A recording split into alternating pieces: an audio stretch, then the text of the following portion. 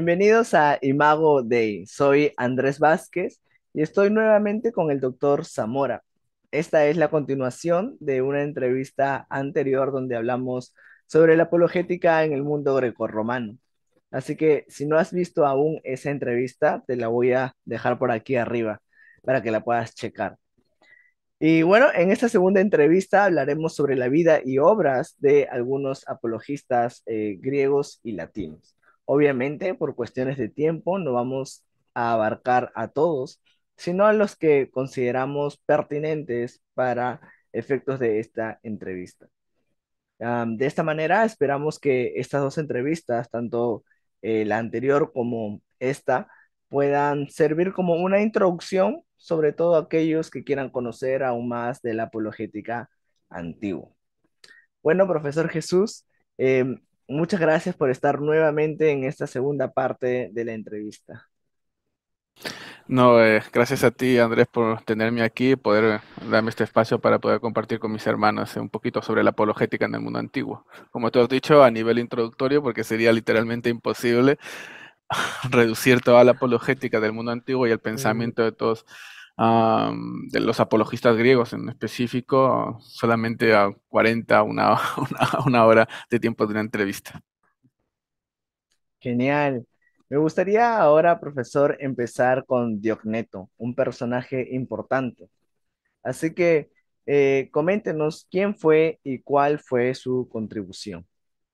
Sí, bueno, cuando hablamos sobre todo de la apologética cristiana antigua del siglo segundo, ah, antes de empezar a adentrarnos específicamente en cada autor, en cada personaje y analizar su pensamiento, lo que escribieron, lo que escribieron y por qué lo escribieron, hay que por lo menos detallar unos puntos generales que todos ellos tienen y ahora mismo no recuerdo, la primera parte fue hace una semana exactamente, entonces no recuerdo la introducción que hice exactamente, pero así a cuota general señalar que los apologistas griegos ya empiezan a tener un contacto general con, o un diálogo general con la filosofía helenística, es decir, la filosofía greco-romana, pero sobre todo la filosofía, por supuesto, griega, puesto que la romana es un rebote de la filosofía griega.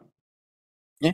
Y empiezan a entrar en un diálogo y empiezan literalmente a usar la filosofía como herramienta explicatoria de la verdad cristiana, de la doctrina cristiana. Así, por tanto, cuando nos acercamos a sus escritos, vamos a ver muchas veces la influencia, sobre todo del pensamiento platónico y por otro lado también del pensamiento estoico, pero sobre todo del pensamiento platónico en sus escritos, sobre todo cuando hablan de Dios. Y eso va a ser bastante notable. Y esto es porque hay que tener en cuenta que durante el siglo segundo la filosofía predominante, por supuesto, no es la única, no es la única, pero una de las filosofías predominantes durante esta época es el platonismo medio. ¿M? Y en el platonismo medio, sobre todo, se empieza a interesar bastante por la realidad divina. Y esto es evidente, sobre todo, cuando vemos autores del platonismo medio que utilizan el timeo de Platón literalmente como una especie de Biblia, como una especie, así como los cristianos tienen los escritos del Antiguo Testamento y luego poco a poco el canon del Nuevo Testamento, vamos a ver cómo los platonistas medios, por ejemplo, utilizan las obras de Platón, pero sobre todo el Timeo, que es una obra en la que Platón literalmente diserta sobre el origen del mundo creado por el demiurgo, por Dios, por la divinidad.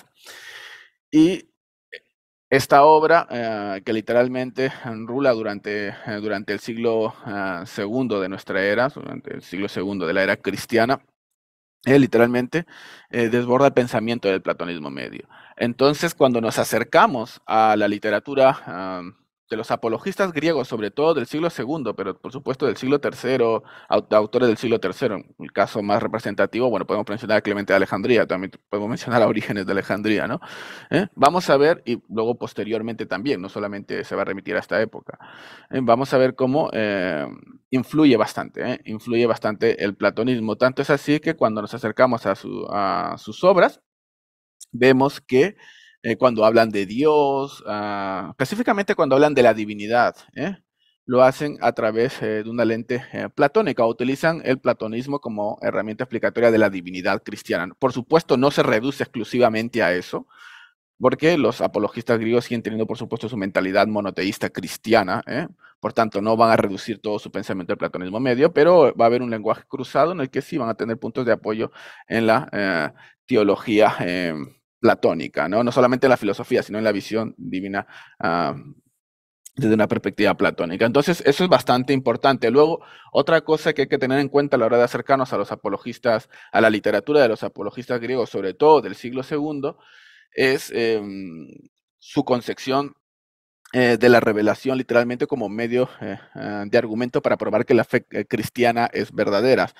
No, por supuesto, no voy a reducir y no se puede reducir a los apologistas solamente como unos pensadores fideístas, que solamente aceptan la fe como único medio de conocimiento, pero cabe señalar que en sus obras, a diferencia, por ejemplo, de la apologética actual, que por supuesto vivimos en un contexto totalmente diferente, ¿no?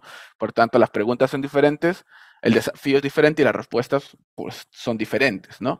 Pero en esa época, en el siglo segundo, ¿sí? Los apologistas griegos se usan mucho en la revelación divina, literalmente como medio de conocimiento de la verdad, O sea, que es la revelación, es decir, específicamente ellos, sobre todo en su literatura, es más, cuando uno lee y se acerca a su literatura, lo va a encontrar literalmente en todas las obras de los apologistas griegos, la base del Antiguo Testamento, sobre todo de los profetas, como medio de acceso al conocimiento verdadero, es decir, que tienen como base la revelación.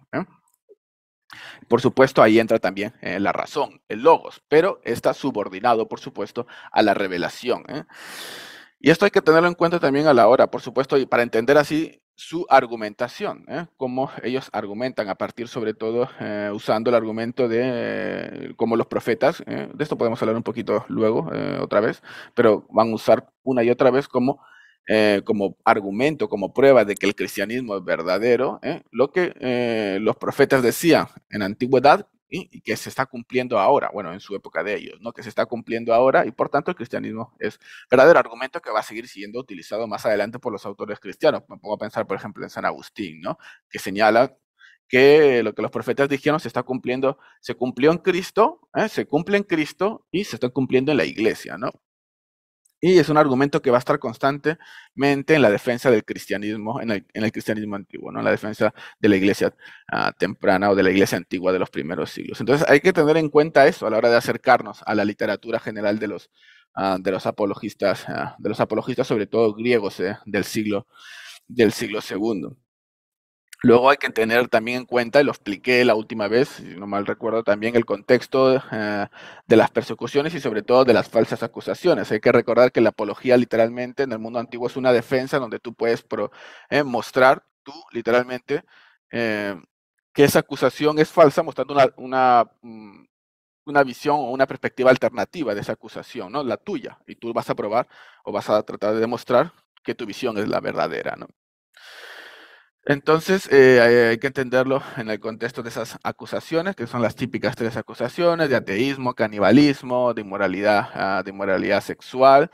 Y aquí cabe señalar, por ejemplo, cómo incluso autores como Eusebio de Cesarea más adelante van a señalar que algunas de estas acusaciones literalmente no surgen por causa de los cristianos apostólicos o los cristianos protoortodoxos o protocatólicos, como se suele llamar en la historiografía, sino que nace sobre todo, esto de acuerdo, Eusebio de Cesarea, por causa de los gnósticos, de los cristianos gnósticos, y que son que dentro de alguna de estas comunidades gnósticas se están practicando una serie de inmoralidades, de inmoralidades de carácter sexual, que el hecho de ellos denominarse a sí mismos como cristianos, ¿sí? Ante la sociedad va a confundir esos actos con el resto de cristianos y por eso se expande ese tipo de acusaciones, o por lo menos esa, al resto de comunidades cristianas, ¿no? Entonces hay que tener en cuenta todo esto, hay que tener en cuenta a la hora de leer a los apologistas, sobre todo a los apologistas griegos del siglo segundo. Luego hay que, bueno, hablando ya específicamente de Diogneto, para ya no redundar sobre lo mismo, De Diogneto realmente no sabemos mucho, como pasa con muchos de los autores cristianos o los autores que están detrás de bastante literatura dejada por los cristianos durante el siglo segundo, de los cuales a veces no tenemos ni idea, no sabemos nada, se supone que puede ser este o se supone que puede ser otro, pero realmente no sabemos mucho sobre los autores. Algo que pasa también a veces con algunas obras del Nuevo Testamento, ¿no? Estaba, por ejemplo, la Epístola a los Hebreos, de cuando tenemos realmente una seguridad de quién escribió esta obra, según quién Pablo, según quién Bernabé, según quién Clemente de Roma, etcétera. No, o sea que realmente no tenemos seguridad de quién escribió esa obra. Lo mismo pasa en el siglo segundo con algunas obras. Y esta, la apología dirigida eh, a Diogneto, es literalmente una de esas obras, de la cual no sabemos casi nada de quién realmente, bueno, no sabemos nada de quién fue el autor. Es un autor anónimo que puede haber sido un predicador, que pudo haber sido ya sea un predicador en el sentido de que puede haber sido un obispo, un presbítero, un maestro, o sea, un filósofo cristiano. Realmente no tenemos mucha idea, no tenemos idea de realmente quién escribió, quién está detrás de esta obra. Y lo que podemos decir, y tampoco hay consenso con respecto al tema de la datación, pero que probablemente haya sido escrito durante la primera mitad del siglo segundo de nuestra era, aunque se puede remitir literalmente hasta finales del siglo segundo, pero tampoco tenemos mucha seguridad. Lo que sí sabemos que el autor estaba bastante instruido, conoce bien las escrituras cristianas, bueno, las escrituras en general, mm, del Antiguo Testamento, conoce bien la doctrina cristiana, también podemos señalar que conoce bien la filosofía griega, lo conoce bastante bien, sobre todo el platonismo. Entonces, eso es lo que podemos decir en cuanto a este autor, pero lo que más nos interesa ver, pues, lo que él tiene, lo que dice, ¿no? Lo que defiende en su obra con respecto al tema de la apologética. Y aquí podemos mencionar que él literalmente va a adentrarse en la misma crítica que van a adentrarse el resto de apologistas griegos. Es decir, que va a criticar el paganismo greco-romano, por supuesto, y aquí siguiendo la retórica de los profetas del Antiguo Testamento, que sobre todo critican también la idolatría. Él va a adentrar en esa tradición de crítica a la idolatría. También va a criticar el judaísmo y esto eh, viene realmente a sugerir también que el autor probablemente haya sido escrito durante la primera mitad del siglo segundo, porque tenemos a otros autores, como es el caso, autor anónimo, como es el caso del autor de la epístola de Pseudo Bernabé, en el que ya se puede ver un ataque frontal hacia el judaísmo, una defensa frontal hacia el judaísmo. Entonces, él entra en esa crítica también y también critica la filosofía, pero sobre todo la filosofía presocrática que habla de Dios en relación con los elementos, ¿no? Como puede ser el fuego, el aire, la tierra, el agua, etcétera, ¿no? Entonces critica también a los filósofos presocráticos, pero aquí es bastante curioso cómo también encalla un tanto sobre los principales filósofos clásicos, ¿no? Puesto que luego en su misma obra podemos ver, por ejemplo, que él va a usar argumentos de tipo platónico, va a tener el platonismo interiorizado a la hora de defender la fe cristiana. Por ejemplo, él habla, bueno, él tiene esta visión dualista del ser humano, esta visión antropológica dualista en el que el ser humano está compuesto por alma y cuerpo, que es una visión que, por supuesto, se puede remontar sobre todo al pensamiento platónico. Y él, por ejemplo, va a señalar, hablando del alma y el cuerpo, va a usarlo como una figura tipológica de la sociedad. Y eso es bastante interesante, de la sociedad y de los cristianos. Él, por ejemplo, le va a decir que el alma ama al cuerpo, pero el cuerpo odia al alma. El alma, perdón, el alma está enamorada, protege, cuida al cuerpo, lo ama, mientras que el cuerpo lo rechaza, ¿no? Y él literalmente va a usar esto como una figura tipológica a la hora de referirse a los cristianos y a la sociedad. Los cristianos, en la mentalidad de la autora de esta apología de Ogneto, los cristianos son el alma, literalmente el alma de la sociedad, que protege la sociedad, que cuida la sociedad, que ama a la sociedad. No obstante, la sociedad, al igual que el cuerpo, responde con violencia hacia el alma, es decir, hacia los cristianos, ¿no? Y aquí podemos ver, por supuesto, que él tiene una visión de tipo platónica acerca del ser humano. Luego, es bastante interesante también que en su obra, literalmente siguiendo la apología de la tradición griega sobre todo, va a utilizar el argumento de la ética, literalmente el argumento de la ética para probar que su posición literalmente es la correcta, es la verdadera. Y en este sentido va a seguir el pensamiento filosófico del buen vivir, ¿no? El filósofo es el que vive bien, el que vive de manera correcta, o el que vive conforme a la razón. Ese es el filósofo. Los cristianos en este sentido, para Diogneto, van a entrar en ese tipo de categoría. Los cristianos son los que viven bien. Los cristianos no roban, no matan, no abortan, etcétera, etcétera, sino todo lo contrario, se preocupan por el resto. Y en este sentido, por tanto, los cristianos, esto va a venir en apoyo de los cristianos y por supuesto en apoyo de que el cristianismo es verdadero, ¿no? Y en este sentido, pues es bastante interesante porque aquí se aparta un tanto de la apologética moderna, que por supuesto vivimos en un contexto totalmente diferente, como lo he mencionado antes. Por tanto, las respuestas y los argumentos son diferentes, a veces coinciden, a veces no.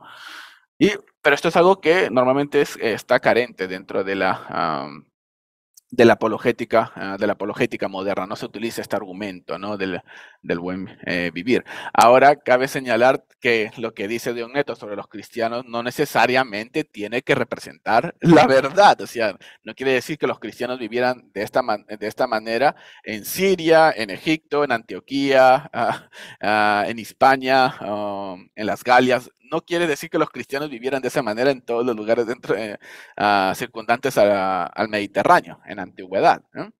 Pero él lo utiliza como argumento siguiendo literalmente la apología griega, ¿no? Como por ejemplo, lo mencioné, si no mal recuerdo, en la entrevista anterior que me hiciste cuando hablamos de la apología de Genofonte o de la apología de Platón sobre Sócrates, ¿no? La defensa de Sócrates en las que se usa este tipo de argumentos, ¿no? Y aquí, pues, Diogneto está siguiendo ese mismo tipo de apologética.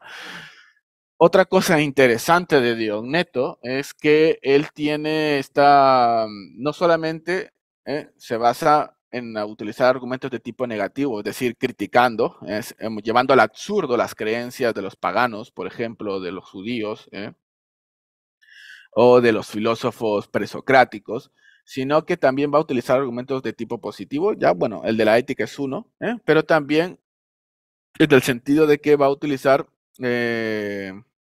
la teología cristiana. Eso es literalmente su forma de probar que el cristianismo es verdadero, solamente mostrarlo, presentarlo. Por tanto, él va a presentar la narrativa teológica cristiana, la revelación cristiana, y va a explicar la verdad cristiana a su audiencia, ¿no? Bueno, en este caso a Diogneto, pero a la audiencia que podía estar detrás de esta obra. Entonces, en ese sentido, utiliza un argumento de tipo querigmático, solamente predicar la verdad cristiana, y en esto, por supuesto, se aparta un tanto también de la apologética moderna, que está basado más en el hecho de la argumentación racional, ¿no? Que no quiere decir que esto no está ausente totalmente de los apologistas del siglo II, pero que tienen un enfoque diferente, ¿no? Ellos muestran la verdad cristiana, literalmente, como medio de probar, o por lo menos de que de que su audiencia va a escuchar la doctrina cristiana, ¿no? Y eso, sí, en resumen, podríamos decir en cuanto a Diogneto. Se puede decir muchas cosas más, pero no quiero alargar tanto hablando sobre Diogneto. Creo que no sé cuánto tiempo me he puesto aquí a hablar sobre él, creo que 5 minutos o 10 minutos, no lo sé. Pero no quiero no quiero No, alargarme solo hablando de Diogneto. Bueno, no, del autor detrás de la apología de Diogneto. gracias, profesor. No, no se preocupe. Esta entrevista será prácticamente una masterclass. Y es que creo que es un poco complicado poder resumir el pensamiento de autores en 3 o 5 minutos. Em, y sobre todo de autores antiguos, ¿verdad? Quienes escribieron y aportaron demasiado. Y antes de pasar con el siguiente autor, A mí me gustaría señalar solamente algo pequeño, y es que el autor de este tratado conocía muy bien la doctrina cristiana y por otro lado conocía la filosofía de su tiempo, a saber, el platonismo. Eh, Estaba bien preparado en estos dos puntos, ¿verdad? En estos dos temas. Eh, Algo que probablemente a mucha gente le falta hoy en día. En ese punto, me gusta lo que señalas, porque la verdad llegas a un buen punto y a un punto correcto, y es que los apologistas cristianos en el mundo antiguo, por lo menos lo que ellos plasman en sus obras, es realmente un conocimiento muy alto de la filosofía de su época, o sea, del pensamiento de su época, lo conocen bastante bien, y no solamente la filosofía, como ha señalado, sino también la literatura, por ejemplo, de carácter poético. Para criticar a los poetas tenían que haber leído a los poetas, entonces ellos conocen bastante bien la literatura general del mundo antiguo. Y también, sobre todo, conocen la doctrina cristiana, porque para defender algo, por supuesto, o para argumentar en favor de algo, tienes que conocerlo bien, si no, no tiene sentido pues que lo puedas defender o argumentar, ¿no? Entonces, los apologistas son personas que están bastante bien preparadas y es bastante evidente en su obra, algunos más que otros. Está, por ejemplo, me pongo a pensar en el caso de Justino Mártir y cómo él cuenta en su diálogo con Trifón el recorrido literalmente filosófico que ha hecho antes de llegar al cristianismo, por ejemplo, ¿no? Él, por supuesto, luego es un filósofo cristiano, para eso tiene que estar bastante bien formado, ¿no? Pero incluso antes de ser cristiano, él ya estaba bastante bien formado y va a pasar por diferentes escuelas filosóficas antes de llegar a la verdad cristiana. Como él mismo comenta, ¿no? En los primeros, si no me equivoco, que en los primeros dos capítulos puede ser de su diálogo con Trifón está al principio. No recuerdo exactamente en los capítulos, pero está en las primeras páginas de esta obra suya. Sí, y bueno, sí, en resumen, eso eran gente bastante preparada y es bastante notorio en su obra. Sí, y es lo que nosotros hoy en día podemos rescatar también. Rápidamente, ya pues pasemos al siguiente apologista, Arístides. ¿Qué puede decirnos, profesor, sobre Arístides? Bueno, de Arístedes, pues que probablemente haya sido de Atenas o que haya residido en Atenas. Y otra vez tenemos el problema de que no sabemos mucho. Eusebio de Cesarea, por ejemplo, lo considera un filósofo cristiano, por tanto, y bueno, Eusebio escribió muchos siglos después, bueno, bastante tiempo después que Arístedes. Pero lo poco que tenemos, y los pocos detalles que tenemos sobre estos autores, por ejemplo, nos vienen sobre todo de la obra de la historia eclesiástica de Eusebio de Cesarea, en la que él va, cuando va redactando, va contando sobre la historia de la iglesia antigua anterior a él. Él va comentando sobre los apologistas. Incluso Eusebio de Cesarea es el primero en llamarles apologistas, o utilizar este término para referirse a esta literatura, por lo menos, ¿no? La literatura apologética.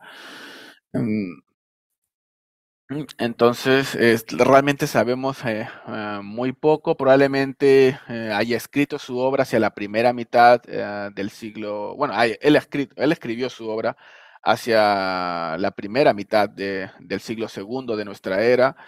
Am, Probablemente hacia, es que no me quiero aventurar a decir un año, pero hacia el 123, 124, 125 de nuestra era.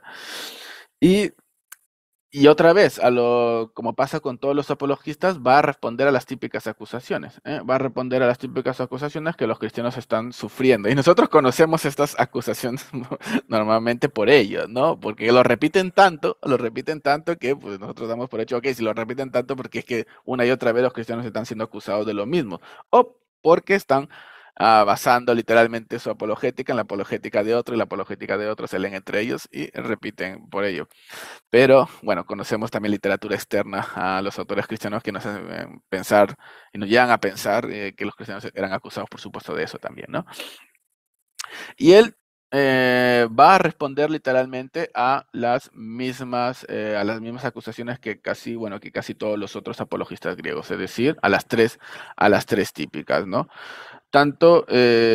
Pero lo va a hacer, por supuesto, en un sentido diferente. Cada uno de ellos es original hasta cierto punto. Por supuesto, si van a enfocarse en responder las mismas acusaciones, cada uno va a tener su propia aportación, ¿no? Y En su obra, por ejemplo, podemos ver también lo mismo que sucede con la apología de Diogneto, bastante influencia de la filosofía de su época, sobre todo del platonismo medio. Incluso podemos ver del estoicismo y también de influencia aristotélica, ¿no? Y ahora voy a comentar un poquito más sobre eso, pero otra cosa bastante interesante es su división de la humanidad. Esto es algo que siempre se resalta de Aristóteles, el cómo él divide al género humano, ¿no? A la raza humana, que la divide literalmente en tres, ¿eh? Divide la raza humana entre los paganos, entre los judíos y los cristianos, ¿no? Y esta los cristianos son una nueva raza que ha nacido, una nueva raza, que es la tercera raza, ¿no? Que tiene la verdad, a diferencia de las otras dos.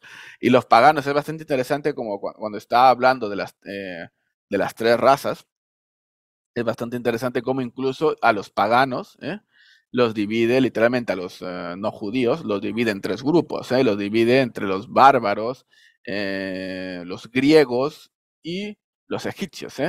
Y literalmente va a ser una división en cuanto a su adoración. Y eso es bastante interesante, porque no los va a dividir, bueno, porque en esa época no existía este pensamiento en cuanto a su raza étnica, sino que los divide en cuanto a lo que adoran. Esa es la base de división que va a utilizar Arístides para dividir al género humano, ¿no?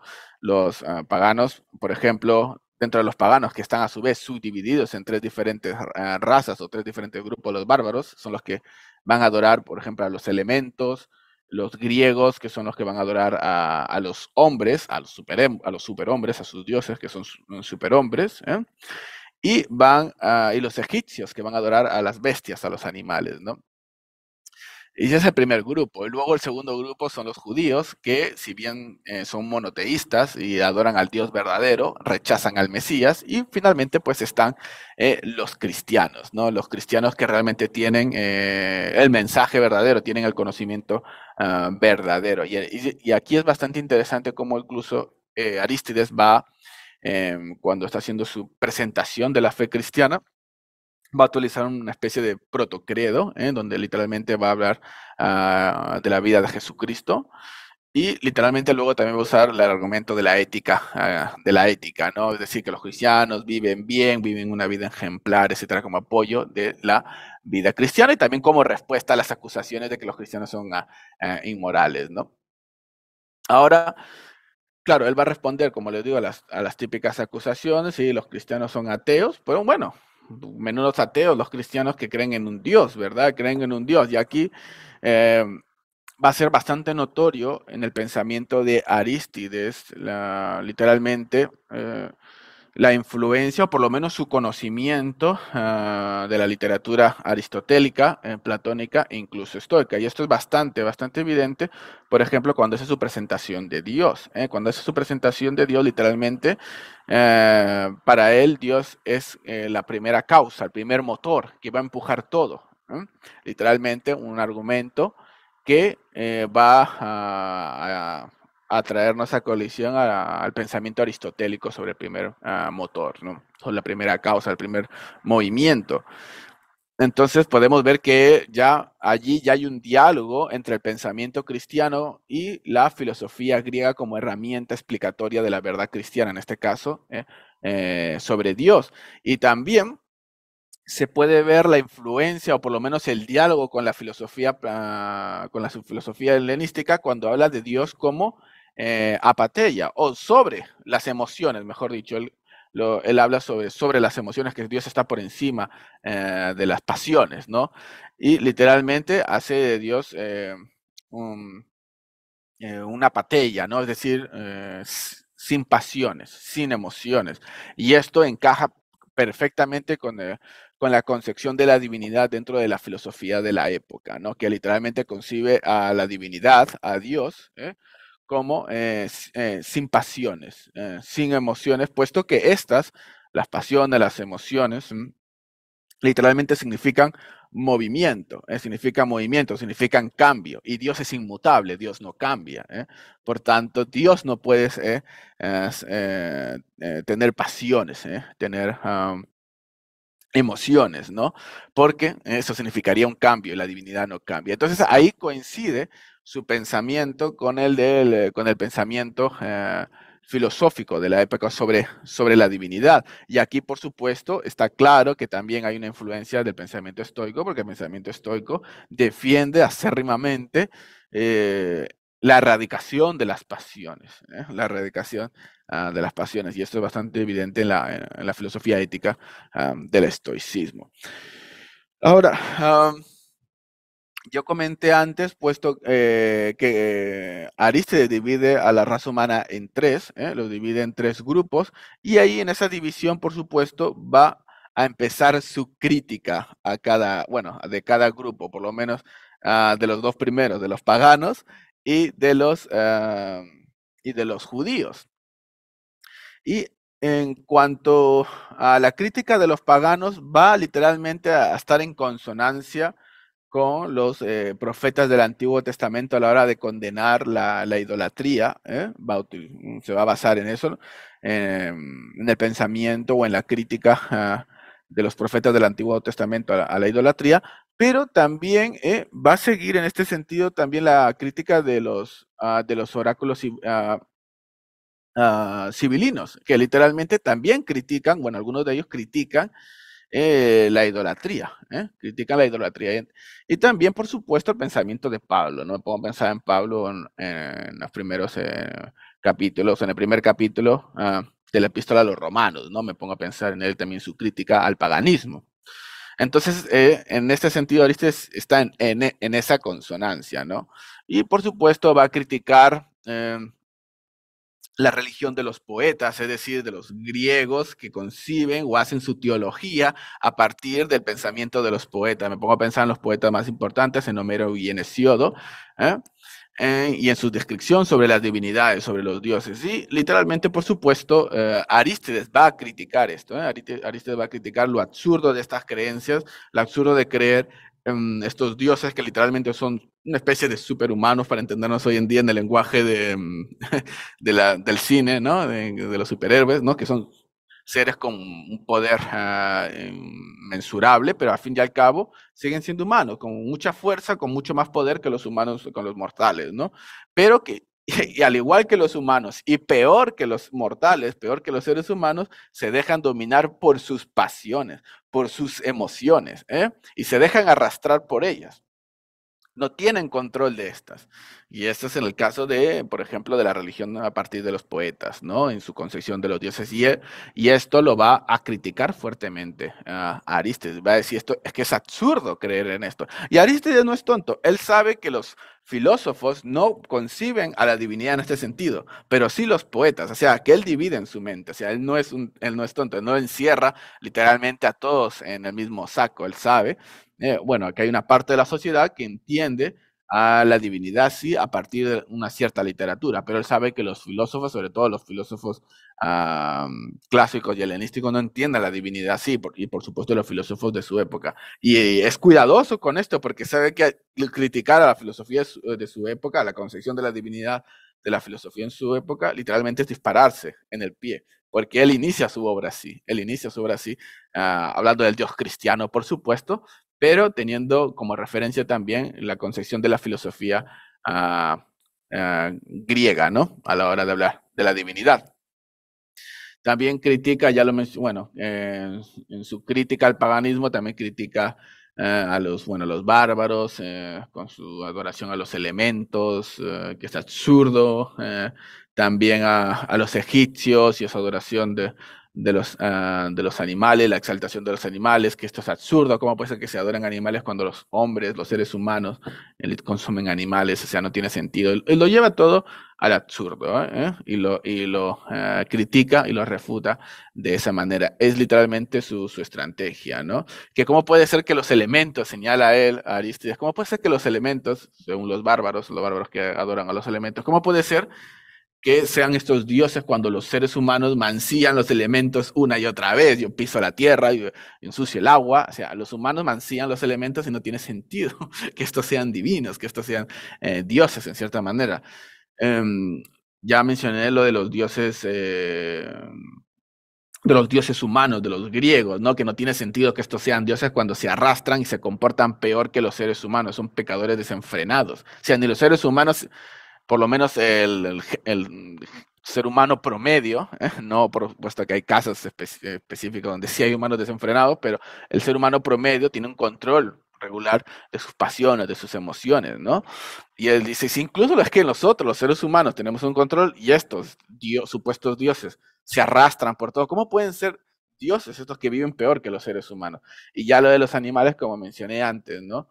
Como algo que sirve como alimento y que sirve como sacrificio a veces, pueden ser dioses, ¿no? Entonces, él argumenta en ese sentido con respecto a ello. Luego, en cuanto al judaísmo, él, por supuesto, va a señalar que los judíos sí adoran al Dios verdadero, o sea, en este aspecto no está mal, ellos se diferencian de los paganos porque sí adoran al Dios verdadero, pero no lo adoran en Jesucristo, es decir, no lo adoran en la persona de Cristo, ¿no? En la persona del Mesías, del enviado por Dios. Y en esto, por supuesto, ellos fallan y yerran, ¿no? Y se equivocan y están errados porque no están adorando a Dios, de acuerdo, pues, a como Dios quiere que sea adorado a través de Jesucristo, ¿no? Y en este sentido, pues, se alejan de la verdad. Luego, en cuanto yo a argumentos más de tipo así positivo, no solamente de crítica y de crítica hacia otras visiones, él presenta a la tercera raza, la raza de los cristianos, y presenta lo que creen, su pensamiento, ¿no? Literalmente hace una teología narrativa, sobre todo de la fe cristiana, respondiendo a la crítica del ateísmo, ojo, respondiendo a la crítica del ateísmo. Y va a presentar una cristología en tipo de protocredo, como mencioné antes, en la que literalmente va a relatar la historia de Jesús en sentido de protocredo. Resumido, no es específicamente el símbolo romano, el símbolo de los apóstoles o el famoso credo de los apóstoles, no es exactamente lo mismo, pero ya va por ese camino, ¿no? Y luego también finalmente utiliza el argumento de la ética, como ya lo mencioné, ¿no? Los cristianos viven bien, y por tanto, si los cristianos viven bien, son literalmente una especie de verdaderos filósofos, ¿no? Son los verdaderos filósofos, que son los que viven bien. Así, en este sentido, entra dentro de la corriente, pues, filosófica del buen vivir. ¿Y quiénes son los que viven bien? Pues los filósofos que son los que viven de acuerdo al logos, de acuerdo a la razón. ¿Ya? Y luego... y yo creo que eso sería lo más básico, así, si alguno está interesado en entrar a estudiar el pensamiento o a leer a la obra de Arístides. Yo creo que con esta breve introducción creo que tendría suficiente para adentrarse. Gracias nuevamente, profesor, por esta introducción sobre Aristóteles. Ahora me gustaría tocar uno de los apologistas más conocidos e importantes también. Y pues estoy hablando del gran Justino Mártir. Justino Mártir, me gustaría hablar un poquito de Justino Mártir porque puesto que es el apologista griego más importante o más Mm, conocido, el más popular, y mencionarlo a él en relación a lo que dijiste hace como 20, 30, 40 minutos atrás, relacionado a que la formación, a la formación de los apologistas griegos. Y quiero mencionar aquí a Justino en el sentido de que él estaba totalmente formado, incluso antes de convertirse a ser cristiano, él estaba en búsqueda de la verdad, él señala, es filósofo y él está en búsqueda de la verdad y por tanto pasa por un proceso, él pasa, y él lo menciona, como dije antes en su diálogo con Trifón, menciona su paso por el estoicismo, por la escuela peripatética, es decir, la escuela aristotélica, por los pitagóricos y finalmente por el platonismo también. Finalmente, por supuesto, y él es bastante interesante porque él cuenta que tiene un relato, eso lo cuenta en su diálogo con Trifón, tiene un encuentro con un anciano enfrente del mar. Y Justino Mártir era originario de Palestina, la ciudad, él nació en la ciudad de Flavia Neápolis, si no estoy pronunciando, si no mal recuerdo, Flavia Neápolis, que es una ciudad que está en Palestina, en la región de Samaria. Bueno, que nos hagamos una idea, está Sí, está en Palestina, más o menos en lo que sería lo que había sido la antigua Samaria, más o menos así, haciéndome un mapa mental. Tengo un mapa del Imperio Romano por ahí atrás, pero ahora mismo no tengo un mapa, pero sí está en la región de Palestina, ¿no? Bueno, él van a ser sobre todo hacia principios del siglo segundo de nuestra era. Bueno, y él en esa experiencia es bastante interesante que él va contando, bueno, él va contando su trayectoria, se encuentra bueno, cuenta que se encuentra con un anciano delante del mar, y este anciano, este presbítero tal vez, no sabemos, que es obviamente cristiano, um, literalmente que tiene conocimientos filosóficos, porque va literalmente, según Justino Mártir, refuta la forma, el conocimiento que tiene el alma en la visión de Platón, es decir, el alma tiene conocimiento, pero porque viene de ahí de arriba, del mundo de las ideas, tiene ese conocimiento previo que se va despertando aquí en la Tierra, en el mundo, por lo menos aquí en el mundo material. Y a Justino le impacta bastante, sobre todo este encuentro con este anciano, porque le revela los oráculos de los profetas, es decir, las profecías de los profetas, es lo que va contando Justino. Y esto literalmente lo lleva a Cristo, ¿no? Lo lleva a Cristo. Y aquí es bastante interesante porque Justino literalmente va a ser convencido por los profetas, por los escritos de los profetas. Por tanto, en este sentido, sí, la fe cristiana necesita una demostración, pero es una demostración y una argumentación basada en la revelación, es decir, en lo que está en los escritos de los profetas, ¿no? Y como estos se están cumpliendo, eso le lleva a concluir a Justino Mártir, pues que estos escritos son verdad y que la fe cristiana en sí, pues es verdad.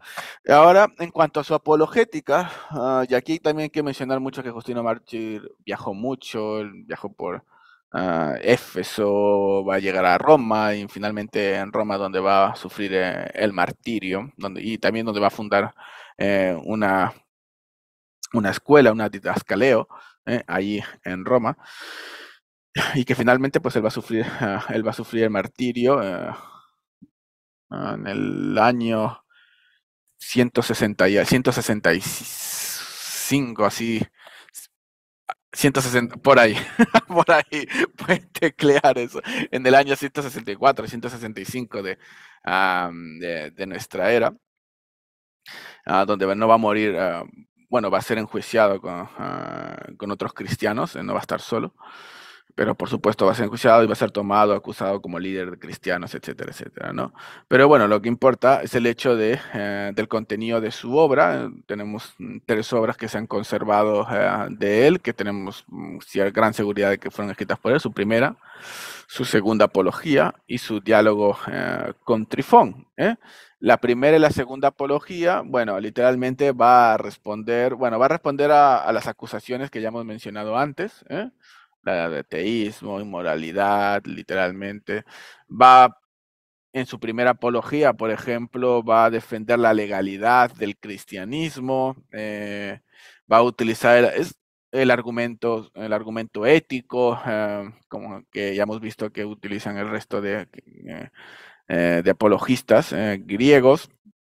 Va a explicar la doctrina cristiana en su apología, que está dirigida al emperador Antonino Pío, el emperador más importante de la dinastía de los Antoninos, de ahí, de este emperador de Antonino Pío, de quien viene el nombre de esta dinastía, de la más importante, como les digo, en el siglo segundo, y para los cristianos, y para los romanos también, la más gloriosa, como lo suelen llamar los autores romanos.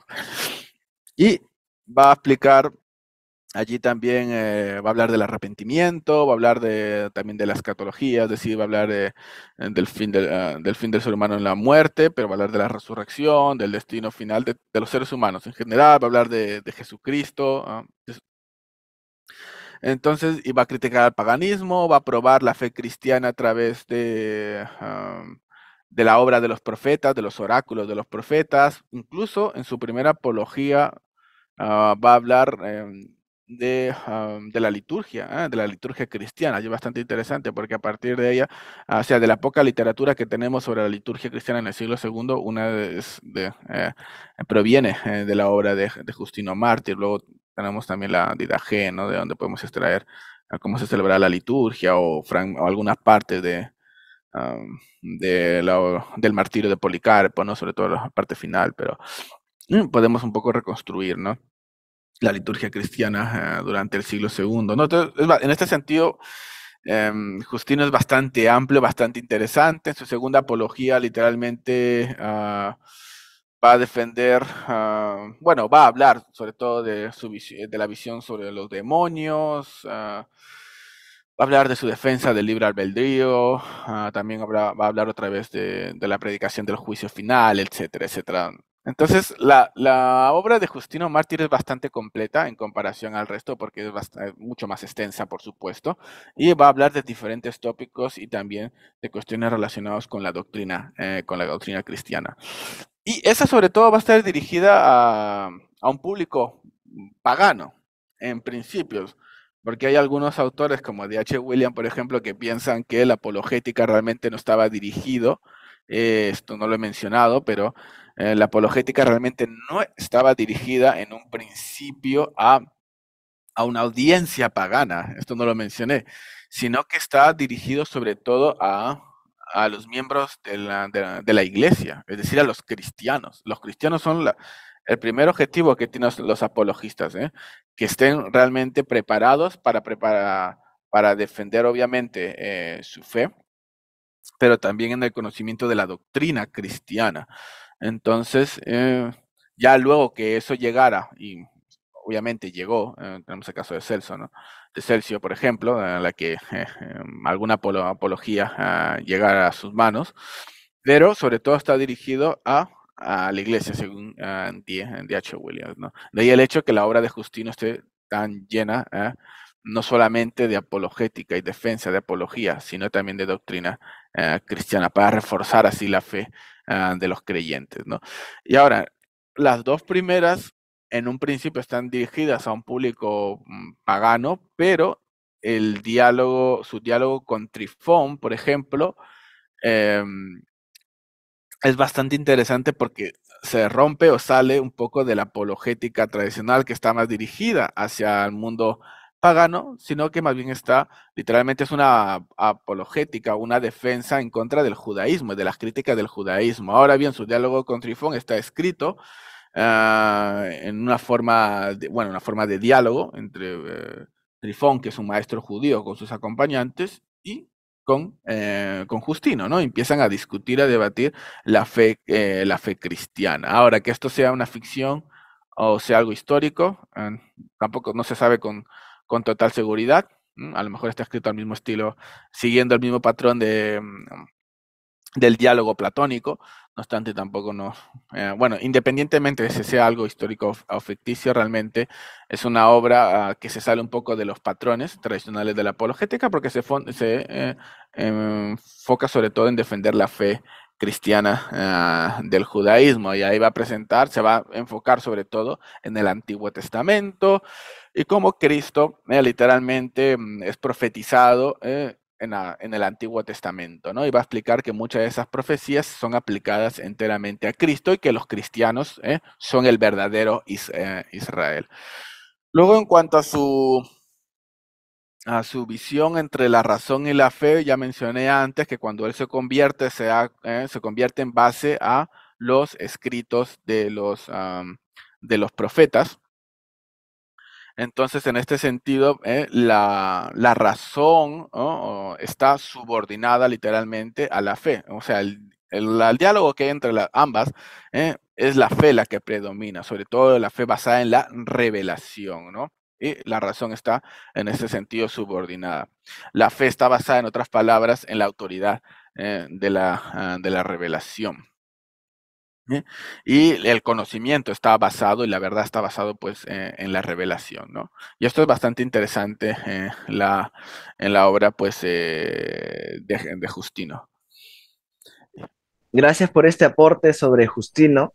Yo sé que ha dicho mucho, Pero me gustaría preguntarle, ¿qué otras influencias y aportaciones dio Justino a través del platonismo? A mí, a mí se me viene sobre todo a la cabeza la influencia del platonismo medio sobre Justino Mártir a la hora de hablar de Dios, por ejemplo, cuando habla de la trascendencia divina, o cuando, por ejemplo, Justino Mártir introduce la idea de la trascendencia de Dios como un ser trascendente, una idea del platonismo medio, y también, por ejemplo, cuando habla de logos, cuando habla de logos es bastante similar a cómo en el platonismo también se habla de logos, ¿no? Por ejemplo, en el platonismo medio te esta concepción de Dios como Padre, de Dios como Padre, de Dios Padre, que es bueno, que es el más bondadoso, el ser más bondadoso que hay. Una idea que ya se encuentra en el Timeo de Platón, pero que lo vemos en todo el platonismo medio, y que la divinidad literalmente produce o emana un alma, un logos, literalmente, que va a ordenar el mundo, que va a ordenar y va a crear el mundo, va a hacer el mundo, lo va a gobernar y lo va a ordenar. Una idea que también se encuentra, por ejemplo, eh, ah, en Justino Mártir, ¿no? Cuando él cuando habla de logos y la relación entre el Padre y el logos, entre Dios y el logos, ¿no? El logos ordenador del mundo, que ordena y gobierna el mundo, que lo crea, ¿no? Que es Dios literalmente creando el mundo a través de este logo. Entonces, en esos aspectos se ve ya esa relación entre el platonismo, porque hay puntos lo que pasa es que los cristianos se dan cuenta que hay puntos de contacto entre, sobre todo, las ideas platónicas y las ideas cristianas. No es que simplemente se olvidan de su cristianismo y van a empezar a coger a Platón para, a partir de Platón, desarrollar la doctrina cristiana, el concepto cristiano de Dios o la idea sobre Dios, o la teología sobre Dios, sino que encuentran puntos en común y el pensamiento platónico les va a ayudar a articular, les va a ayudar a articular eh, su pensamiento sobre Dios, ¿no? Su teología sobre Dios. Y es ahí el hecho en el que se ve pues ese diálogo con la filosofía platónica, o del platonismo medio, al menos en esta época. Sí.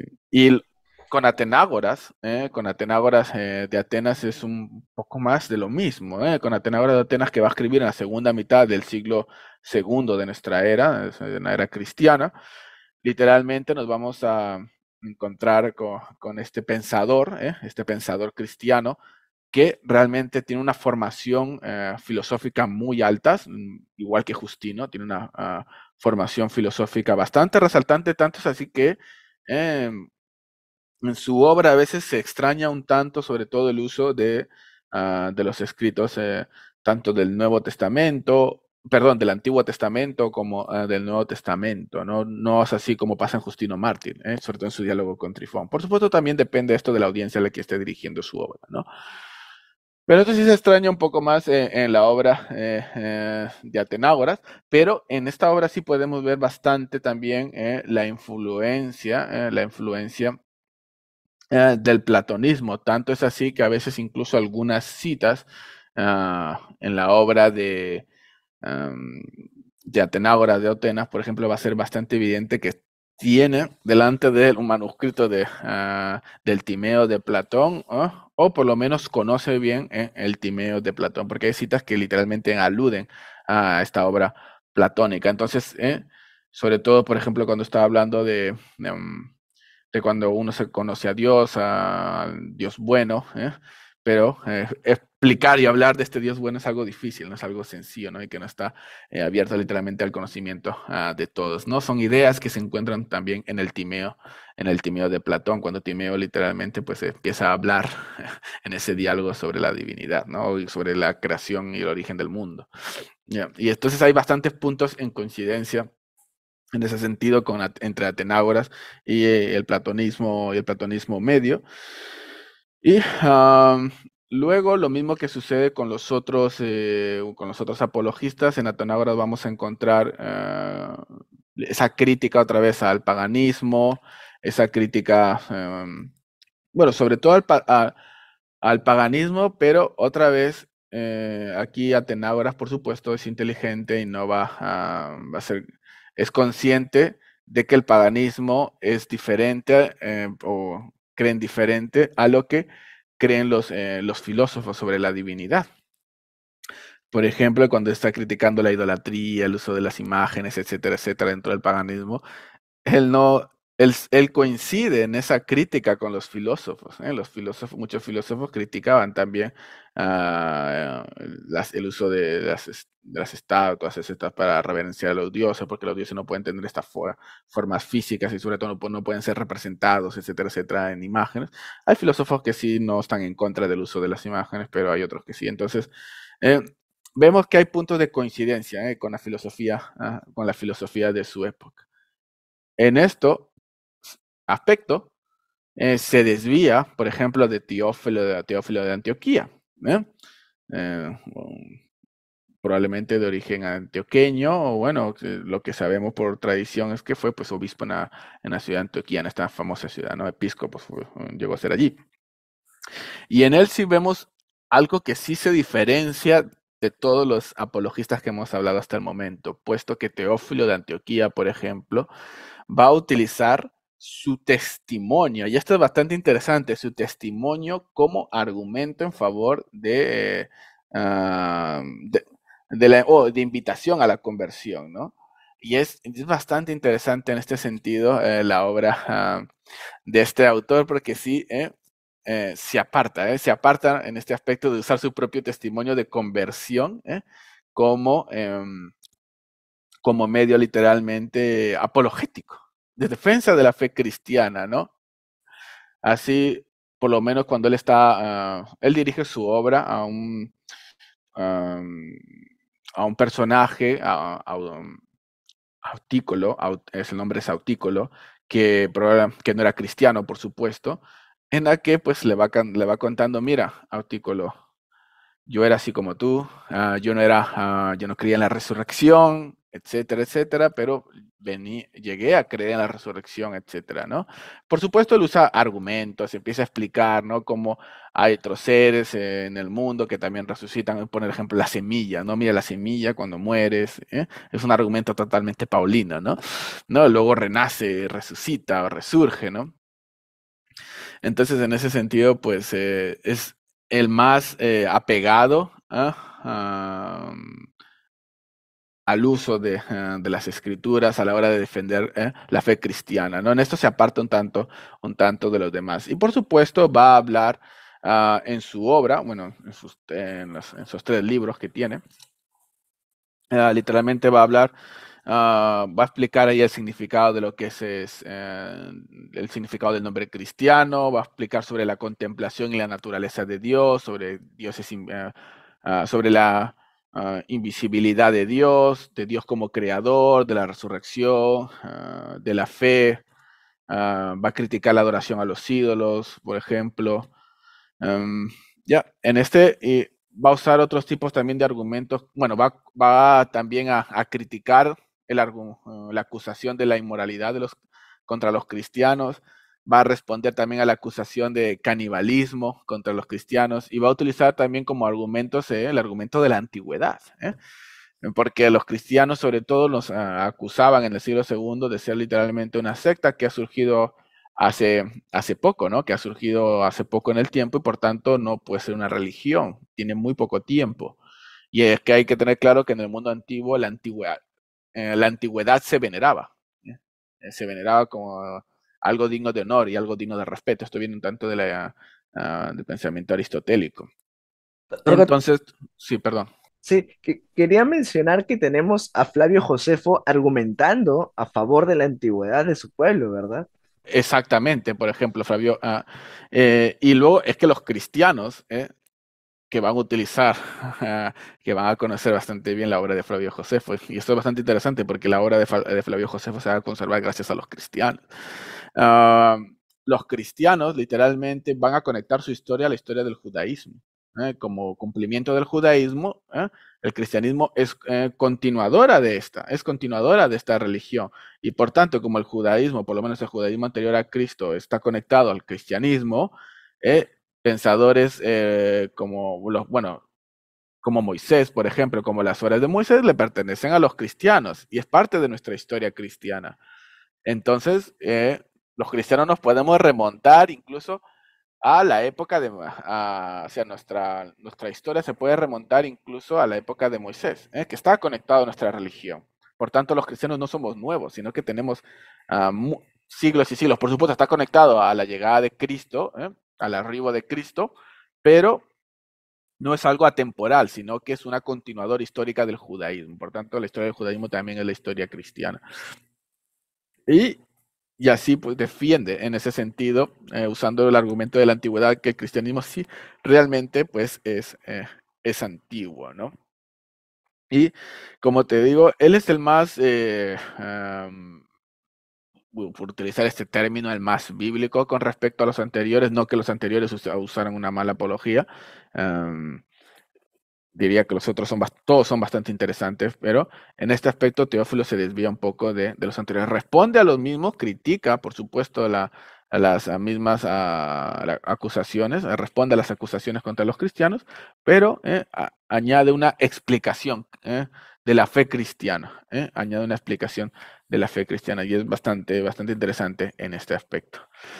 Ahora bien, salteándonos un poquito, ya para terminar, así con porque hablar de cada uno de ellos ya me puedo tirar realmente hablando mucho, pero centrándonos y enfocándonos en algunos aspectos. Por ejemplo, otro autor que se escapa, otro apologista, ya salido de esta época, así ha salido ya en el siglo III, salido ya de este grupo de los apologistas griegos, Lactancio. La figura de Lactancio literalmente que va a vivir hacia la segunda mitad del siglo III, del siglo III de nuestra era, y que va a llegar a vivir incluso, creo que él llega, si no me equivoco, a morir en el mismo año del concilio de Nicea. O sea, él llega a morir como con casi como 70 años o más de 70 años, no lo sé exactamente, pero por ahí, o sea, llegó a vivir bastante, bastante tiempo. Y Lactancio sí es bastante interesante en el sentido de que él conoce muy bien la retórica, él fue profesor de retórica bajo el gobierno del emperador Diocleciano. Este fue el emperador que instigó a la última gran persecución contra los cristianos. Y Lactancio literalmente, cuando él se llega a convertir a la fe cristiana, él va a redactar una obra bastante interesante llamada sobre la ira de Dios. Y en esta obra literalmente va a defender en oposición a los apologistas anteriores que Dios, que las emociones no son malas y que sobre todo la emoción de la ira no es una emoción mala en sí misma. O sea, no es mala en sí misma en relación con la divinidad. Ahora voy a explicar por qué. Pero esto lo hace en respuesta a muchas críticas filosóficas relacionadas o en contra de Dios, en contra del Dios cristiano, ¿no? ¿Cómo puede ser que este Dios cristiano en las escrituras del Antiguo, como las escrituras neotestamentales, se ve que es un Dios que tiene ira? Es un Dios eh, que como señala Romanos, que su ira se manifiesta desde el cielo, ¿no? Y es una crítica que hacen los filósofos al Dios cristiano. ¿Cómo puede ser que la divinidad tenga ira? O sea, la divinidad, ¿cómo puede ser arrastrada por esa pasión, ¿no? Que es la pasión de la ira. Y el Lactancio responde a esta crítica. Y no responde en un sentido alegórico con respecto a las emociones en la divinidad, sino que él explica la ira de Dios. Y él señala literalmente, su argumento consiste en explicar que hay dos tipos de ira. Está la ira justa y buena, que nace de la búsqueda de la justicia, que busca castigar el mal. Es una justicia que busca castigar el mal y que es buena y que es necesaria y que no practicarla es inmoral. Y luego hay otra justicia, perdón, otra ira que es malvada y perversa, que nace de un deseo excesivo de venganza, de un deseo de destruir al otro, y que no nace del deseo de hacer justicia, sino de tener una venganza descontrolada. Y esa es una ira negativa, una ira no correcta. Y por supuesto, él señala que la primera ira es la que está vinculada a Dios. La ira de Dios y él dice, la ira de Dios es justa, es necesaria, porque se tiene que castigar el mal. Y en ese sentido nace esa ira, para castigar el mal, al que hace malo. Incluso señala a Lactancio argumentando con respecto a eso en su obra, es que no practicar esa justicia es que es inmoral. Y él pone, pone un ejemplo bastante claro. um, Se me viene ahora a la cabeza el ejemplo de un amo que tiene su esclavo y deja a su esclavo, tratando de recordar así de memoria su barba, que la última vez que leí a Lactancia fue hace como 2 años, así tratando de recordarlo exactamente. Él señala que, eh, la, que el siervo, que el esclavo está imagina que el esclavo destruye todo el hogar, destruye el hogar, abusa de la esposa de su amo, mata a sus hijos, etcétera, destruye todo su hogar. Y viene el, ah, el amo y simplemente lo perdona y ya está. Y él dice, no, es que hacer eso sería inmoral, no llevarle no castigarlo, no castigar a ese siervo sería algo inmoral, ¿eh? Sino lo moral, lo correcto es castigar, castigar a ese acto malvado, ¿eh? Dejarlo sin castigar sería algo que no estaría correcto, ¿no? Hay que castigarlo. Entonces, él señala en ese sentido que esa ira que estaría impulsada a castigar eso malvado, es lo correcto y es lo moral. Lo inmoral sería no castigar, no castigar ese acto criminal y ese acto inmoral. Entonces aquí se puede ver que él argumenta en ese sentido en un favor de la ira divina que está relacionado con la justicia divina hacia el mal. Luego otro punto, y esto es que lo que más, o sea, por eso Lactancio para mí es en ese sentido bastante interesante porque rompe un tanto con los otros, es la argumentación del monoteísmo. Él argumenta a favor del monoteísmo, y esto es algo que no expliqué, pero sobre todo en la filosofía del siglo segundo, del siglo tercero, siglo cuarto, cuando se habla de la divinidad, se habla también que estos dioses, sobre todo los dioses de los poetas, etcétera, etcétera, en el sentido filosófico, no hablando simplemente en el sentido de teología a partir de los poetas, sino en el sentido filosófico son como pequeñas emanaciones de esa divinidad mayor, son pequeñas emanaciones de esa divinidad mayor. Y en ese sentido rompe el monoteísmo, rompe el monoteísmo, porque hay emanaciones de la divinidad. Y así como se puede ver, por ejemplo, en otra vez, perdón que me remita al Timeo, pero es que el Timeo literalmente es el que articula este pensamiento, ¿no? En el Timeo, por ejemplo, se ve nuevamente como la divinidad crea el mundo, crea el universo, pero crea a estos otros dioses que se van a encargar de crear luego al ser humano, estos dioses que luego serían pues los dioses clásicos, ¿no? Estas pequeñas emanaciones divinas que se van a encargar de crear a los mortales. Y en ese sentido la filosofía tiene esta visión de que está este Dios último, máximo, máximo bien, pero que hay pequeñas emanaciones de esta divinidad, los astros, los otros dioses, etcétera, etcétera. Y Justino, Lactancio critica incluso critica esa visión, esa parte de la fe cristiana, ¿no? Porque él argumenta, no, el monoteísmo es cerrado, el monoteísmo, o sea, hay el universo necesita un orden, hay un orden en el universo, hay un orden en el cosmos, un orden que es gobernado, y ese gobierno tiene que ser gobernado por uno solo, no por uno y por pequeños delegados, porque tener pequeños delegados significa no perfección, es imperfección. No tener un gobierno de un único ser, sino que delega. Ese gobierno significa imperfección en el pensamiento de Lactancio. Por tanto, no puede ser. Porque la divinidad no es imperfecta, la divinidad es perfecta, por tanto tiene que ser uno único solo quien gobierna, ¿no?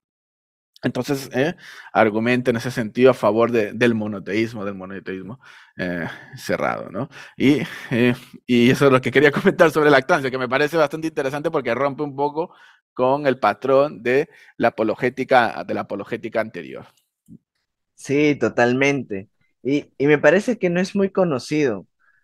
Como usted comentó al inicio, a veces el más conocido es Justino Mártir, que no está mal, pero creo yo que podemos rescatar y aprender mucho de estos otros apologistas que hemos mencionado en esta entrevista. Y bueno, ya dirigiéndonos hacia el final de la entrevista, ¿considera usted, profesor, que para hacer una apologética contemporánea es necesario o al menos importante poder tener conocimiento de estos apologistas antiguos? Oh, para hacer apologética en la actualidad, sí, por supuesto, pero hay que conocer el pensamiento, bueno, la historia de la apologética en primer lugar, ¿no? Si quieres hacer apologética hay que conocer bastante bien, Am, la historia de la apologética, la historia de cómo fue cambiando a través del tiempo la apologética, cómo fue cambiando los argumentos a través del tiempo, y también porque puedes encontrar argumentos bastante interesantes en apologética antigua que incluso puedes utilizar hoy en día, argumentos que no son utilizados, ¿no? Y esto es lo que pasa con algunos, por ejemplo, apologetas profesionales. Me pongo a pensar, William Lane Craig rescatando, por ejemplo, el argumento cosmológico Calán, ¿no? Este argumento medieval. Lo rescata y lo usa en la actualidad. Lo mismo puede los apologistas o la gente que se dedica a la apologética actual, leyendo estos autores, pueden aprender o rescatar argumentos antiguos y usarlos para la actualidad. Pero por supuesto, hay que conocer, antes de ser apologista, pues hay que conocer bastante bien am, la historia, sobre todo de la apologética y la historia de la iglesia, y sobre todo la doctrina cristiana. Eso es fundamental antes de empezar, por supuesto, a conocer al- las críticas contra el cristianismo y el pensamiento también de la filosofía actual y todos los desafíos contra la fe cristiana actuales, ¿no? Sí, ¿no? O sea, que no, sí, eso es necesario, es necesario. Incluso los apologistas antiguos, los, mientras más alejados en el tiempo, ellos conocían la literatura anterior. Como he dicho, Eusebio de Cesarea recoge esa literatura Mm. en el siglo cuarto, a principios del siglo cuarto, luego incluso anteriormente, Orígenes y todos ellos ya conocían la literatura apologética, o sea, conocían a los autores apologéticos y es evidente en su obra. Ahora mismo no recuerdo de memoria, pero si no me equivoco, en su obra Principios, Orígenes menciona a Justino Mártir, si no mal recuerdo ahora mismo así de memoria, si no es en esa obra que lo cita entonces. Conocían, lo conocían y pues, Orígenes, como un gran teólogo, por supuesto, conocía a otros autores cristianos, no solamente su propio, no desarrollaba su propio pensamiento a partir de sí mismo, no, no todo al menos. Claro, rescatar, por ejemplo, de Teófilo de Antioquía la importancia de nuestro testimonio, cosa que a veces se deja de lado, ¿verdad? Algunas personas se enfocan en la parte académica, solamente están dedicadas a esta parte y se descuidan o descuidan el lado relacional del ser humano, ¿verdad? Y bueno, profesor, realmente ha sido un gusto poder conversar con usted y sobre todo escucharlo. Y bueno, ya como última pregunta, ¿hay algún material o libro que usted pueda recomendar para los que quieren introducirse más en este tema? Bueno, yo recomendaría principalmente leer a los apologistas directamente a la literatura apologética de primera mano. Creo que hoy en día hay diferentes ediciones en Mm. español. Creo que tenemos la editorial CLIE, creo que tiene las obras de Justino Mártir. No sé si las obras de los otros apologistas, pero luego también tiene esta editorial BAC. Tiene las obras de los apologistas, si no me equivoco. No sé si todas, pero creo que gran parte de ellas. La editorial Ciudad Nueva creo que también tiene ediciones sobre los apologistas y sobre Lactancio, si no me equivoco. Entonces yo remitiría a que leyeran primeramente la literatura, las fuentes de primera mano. Luego hay un autor, un historiador que literalmente se encarga de estudiar el mundo patrístico, ah, de H. Williams, es profesor. No sé si sigue siendo actualmente, sigue siendo profesor o ya se jubiló, pero fue profesor de la Universidad Baylor, Baylor University, creo que es el nombre de la Mm. universidad sí, en Texas, en Texas. Y él fue profesor de patrística allí, de historia del cristianismo y de patrística. Y él tiene una obra, yo tuve la oportunidad de leerlo ya hace un tiempo, no tiene muchos años. Am, la obra, déjame recordar el título, es Defending, The Fate, así, no recuerdo exactamente el título de la obra. Lo acabo de buscar y es Defending and Defining the Faith. Sí, Defending and Defending the Fate. Ajá, Ah, esa es, sí, por D.H. Williams. Y esa obra, la verdad es que bastante completa con respecto al tema de la apologética en el mundo antiguo. Yo sé que, si sabe, claro, los problemas que está en inglés. mm, Eh, espero que alguna editorial en español, pues, lo traduzca. Es una obra que realmente no tiene mucho, creo que tiene no sé cuántos años, 3 años. Yo tuve la oportunidad de leerlo no hace mucho tiempo. No sé, mm. es una obra bastante reciente. Y como les digo, o sea, leer a D.H. Williams es leer calidad. Yo les recomiendo altamente que si están interesados en apologética, pues lean la obra de este autor. Lamentablemente, pues está en inglés, pero es una obra Mm. bastante completa que vale la pena. Allí en esta obra no solamente se encarga de hablar sobre la apologética de los apologistas griegos, sino también de la apologética anterior, en el periodo clásico, etcétera, etcétera. Es una obra bastante completa, la verdad. Sí, no, porque luego están, podría leer uno, pues, patrologías o ese tipo de cosas, pero esta es una obra enteramente dedicada al estudio de la apologética. Y yo recomiendo a D.H. Williams. Tengo la oportunidad de leer varios libros de él y la verdad es que son bastante buenos. Y es un gran profesor. Genial, profesor. Muchas gracias por las recomendaciones y sobre todo gracias por aceptar y estar nuevamente en esta oportunidad conmigo en el canal. Sí, gracias, gracias por invitarme aquí, por dejarme tu espacio para poder pues expresar estas pequeñas ideas sobre los apologistas en el mundo antiguo. Ya. Gracias, Andrés, de verdad. Gracias.